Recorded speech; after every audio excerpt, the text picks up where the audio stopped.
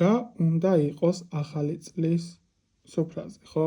ძალიან ბევრი თქვენგანისგან შემოვიდა მსგავსი შეკითხვა და გაინტერესებთ, ბუნებრივი არის არსებული წელი, რომელიც უკვე დადგება ძალიან მალე, 2026 წელი, რა უნდა იყოს საახალწლო მაგიდაზე, რას უნდა მივაქციოთ ყურადღება.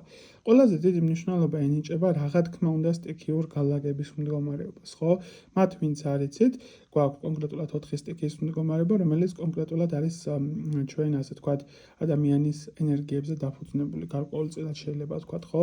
მოდით კონკრეტულად დავიწყოთ თემის ჩაშლა არსებულ საკითხთან დაკავშირებით და გითხრათ, რა როგორ უნდა გააკეთოთ. პირველი, რაც მნიშვნელოვანი არის, რომ გააკეთოთ, ეს კონკრეტულად რა თქმა უნდა არის ცეცხლის სტიქია.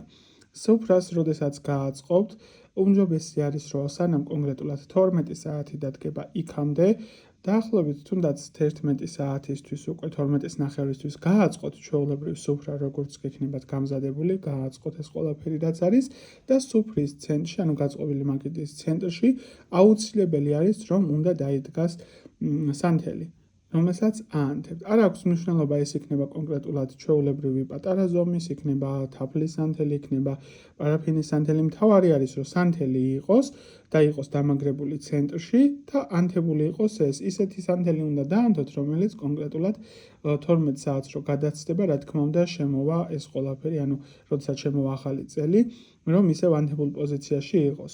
კონკრეტულად ეს არსებული ცეცხლი განაპირობებს ჩვენი, ასე ვთქვათ, სიმბოლურ სიცოცხლის მდგომარეობას, ხო?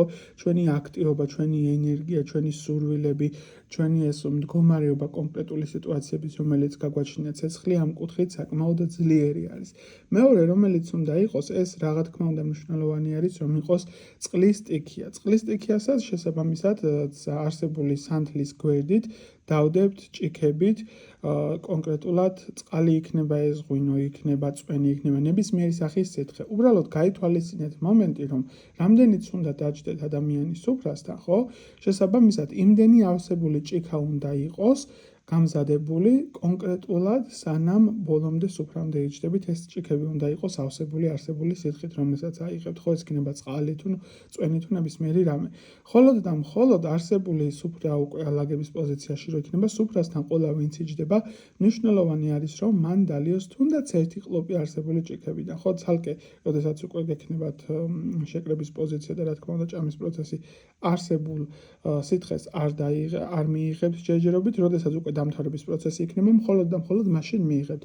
კონკრეტულად ეს წყალის სტიქია განპირობებული არის ჩვენ პირობითად ასე ვთქვათ, ჩაფიქრებულ სურვილებთან, ხო, შეგიძლიათ სურვილით ჩაუთქვათ კონკრეტულ ჭიქაზე, რომელიც გეცოდინებათ, რომ თქვენი არის, თქვენი გარკვეული სახის ენერგიებთან, ემოციებთან ეს ყველაფერი, რომ მოიზიდოთ, რისი მიღებაც გინდათ. ასევე რა თქმა უნდა, მნიშვნელოვანი არის, რომ იყოს აქტიური მიწის სტიქია, ხო, მიწის სტიქიის გარეშე როგორ იქნება ფიზიკურად, ხო? არსებული სანთლის გვერდითვე, შეხედეთ სიტყვაზე პირობითად აი აქ არის სანთელი, ხო? სანთლის ერთ მხარეს დადებთ ჭიქებით წვენს, ან წყალს ნებისმიერ რამე სითხეს, აქეთ მხარეს დადებთ რა თქმა უნდა კონკრეტულად მონეტები, ხურდა, მოდი ასე რომ ვთქვათ, ხო? ძალიან კარგი იქნება თუ ლარის არსებობის შემთხვევაში იქნება 1 ლარიანი ან 2 ლარიანი ოქროსფერი, უფრო მეტად, როგორც 2 ლარიანების შემთხვევაში, უფრო მეტად თუ იქნება 2 ლარიანები ხურდების სახით საკმაოდ კარგი იქნება, ხოლო საზღვარგარეთ ვინც რომელ ქვეყანაში იმყოფებით, იმის შესაბამისი ვალუტიდან გამომდინარე ხურდა რაც გექნებათ, უბრალოდ ოქროსფერ ფერში რო იყოს, უფრო კარგი იქნება. თუ არ არის საშუალება, იყოს თუნდაც ლარიანები, ხო, როგორც მიხვდით. აუცილებლად უნდა იყოს არსებული მონეტები, ასე ვთქვათ, ხურდები დალაგებული არსებული სანთლის გვერდით.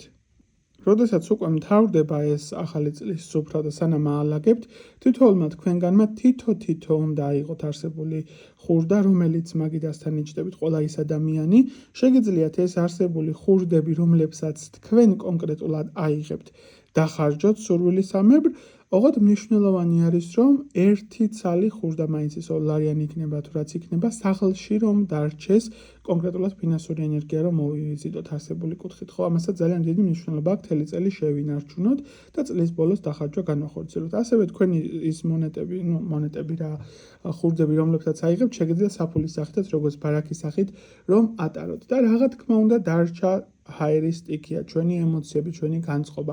სუფრასთან როდესაც დარჩებით, შეგიძლიათ სიტყვიერად თქვათ, შეგიძლიათ თქვენი ასე თქვათ შინაგანი ხმით თქვათ მადლიერება იმისთვის არსებულ წელში, რაც გქონდათ, რაც მოგეცათ სიტუაციურად, რა გამოცდილებაც მიიღეთ, რაც შენაძენი იყო პირობითად, რა ყველაფერი სიტუაციებიც გქონდა და მადლიერება იმისთვის, რაც გაგაჩნიეთ, იმისთვის, რომ ცოცხალი ხართ, ხო? ჩვენი ეს ემოციურობა, ჩვენი მენტალური მდგომარეობა, ეს ყველაფერი ჰაერისტიკით რომ ჩართოთ და გააქტიუროთ რა თქმა უნდა. ასევე ძალიან მნიშვნელოვანი არის ძირითადი ფაქტორები, რომლებიც სუფრაზე უნდა იყოს, იქიდან გამომდინარე, რომ ჩვენ გვაქვს 2026 წელი ფორტუნის ბორბალი, მოდი ესე რომ ვთქვათ, ხო?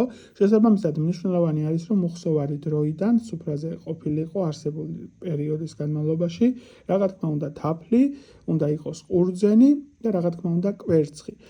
რა თქმა უნდა, თუ ალერგია არ გაქვთ რომელიმე კონკრეტულ სახეობასთან დაკავშირებით, მნიშვნელოვანი არის, რომ ესეც აუცილებლად სუფრაზე idოს, ეს კონკრეტული ინგრედიენტები, მოდი ასე დავარქვათ და რა თქმა უნდა, ამ არსებული პერიოდის განმავლობაში, თუნდაც ერთი პატარა კოვზით რო შეჭამოთ თაფლი იქნება, ან თუნდაც ერთი ძალიან პატარა ნაჭერი რო აიღოთ, ყურძნის მარცვალი რო აიღოთ ან კვერცხი, აუცილებლად სუფრის ყველა წევრმა რო შეჭამოს. ეს კონკრეტულად საკმაოდ კარგი იქნება იმისთვის, რომ მოვიზიდოთ უფრო მეტი ჯანმრთელობის ენერგიები, უფრო მეტი სიცოცხლის უნარიანობა, უფრო მეტი წარმატებები, ეს საკმაოდ მნიშვნელოვანი ასპექტები არის. ეს არის კონკრეტული ის პირობები, რომლებიც უნდა გააქტიუროთ თქვენ ცხოვრებისეულ სიტუაციებში და რომელიც მნიშვნელოვანი არისო წესის სახით დავიცვათ იმისთვის, რომ უკეთესობა გქონდეს როგორც ჩვენ საკუთარ ცხოვრებაში, ასევე ჩვენი ძვირფასი ადამიანებისთვის. გისურვებთ წარმატებას, წინსვლას და განვითარებას.